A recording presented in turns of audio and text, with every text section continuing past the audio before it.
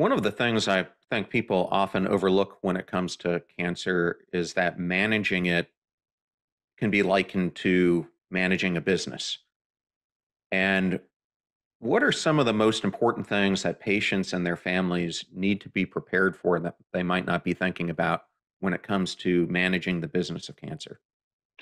Whew, boy, yeah, a lot to unpack on that one. Cancer is expensive. There's no way around it. And I'm fortunate that I've had pretty good, not great insurance throughout most of it. Now I'm under insurance on the Affordable Care Act, which is a real blessing for somebody like me. And so the business of cancer, a lot of times people don't think about it up front. But right up front with the diagnosis of cancer, you need to start thinking about it because you may either have to not work because of the cancer treatment, and in which case you lean on taking disability insurance, you can get some income. You may have to work less, go to part-time, so you'll have to adapt your spending on that regards. Your co-pays, your deductibles are automatically going to probably hit the maximum, so you need to start adjusting your lifestyle. Remember, I had all this when I had three little kids.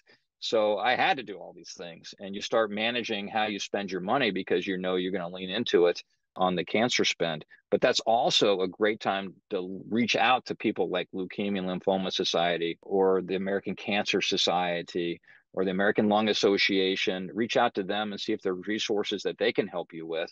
In particular, I found good support from the social workers at the healthcare facilities where I was being treated. I'm like, hey, can you help me? 2 year period, I did 23 trips via air to Houston. Can you help me? And they're like, yeah. And they reached out to Southwest, and Southwest says, yeah, we can help you with, we'll give you some vouchers so you can kind of get here and not have to sweat the money stuff. But it's not That's just that. great. It's not Yeah. just that. It's the rest of it, is to making sure that you have a will, that you have a living will, that you have a DNR, if that's what your wishes are. It's making sure that you have a just in case file, which is what I have, which is, okay, just in case I don't make it, here's the stuff that you need to know, family. Here's my passwords. Here's how you access my computer. Here's my business bank account access. Oh, by the way, here's the type of funeral that I want. Here's how I communicate it with my friends. Here's my access to social media, including going to Facebook and putting a legacy piece contact in there so they can access that. It's hard to do on the business of cancer, but that's the time to do it. I mean, we hired a lawyer and said, okay, what do we need to do on the legal side? And he walked us through it, because the last thing I want to be doing is worrying about that stuff if things go south. You want to be focusing on other things, and I want to leave things for my family clean, and I don't want them to have to make a decision. I want to make those decisions up front.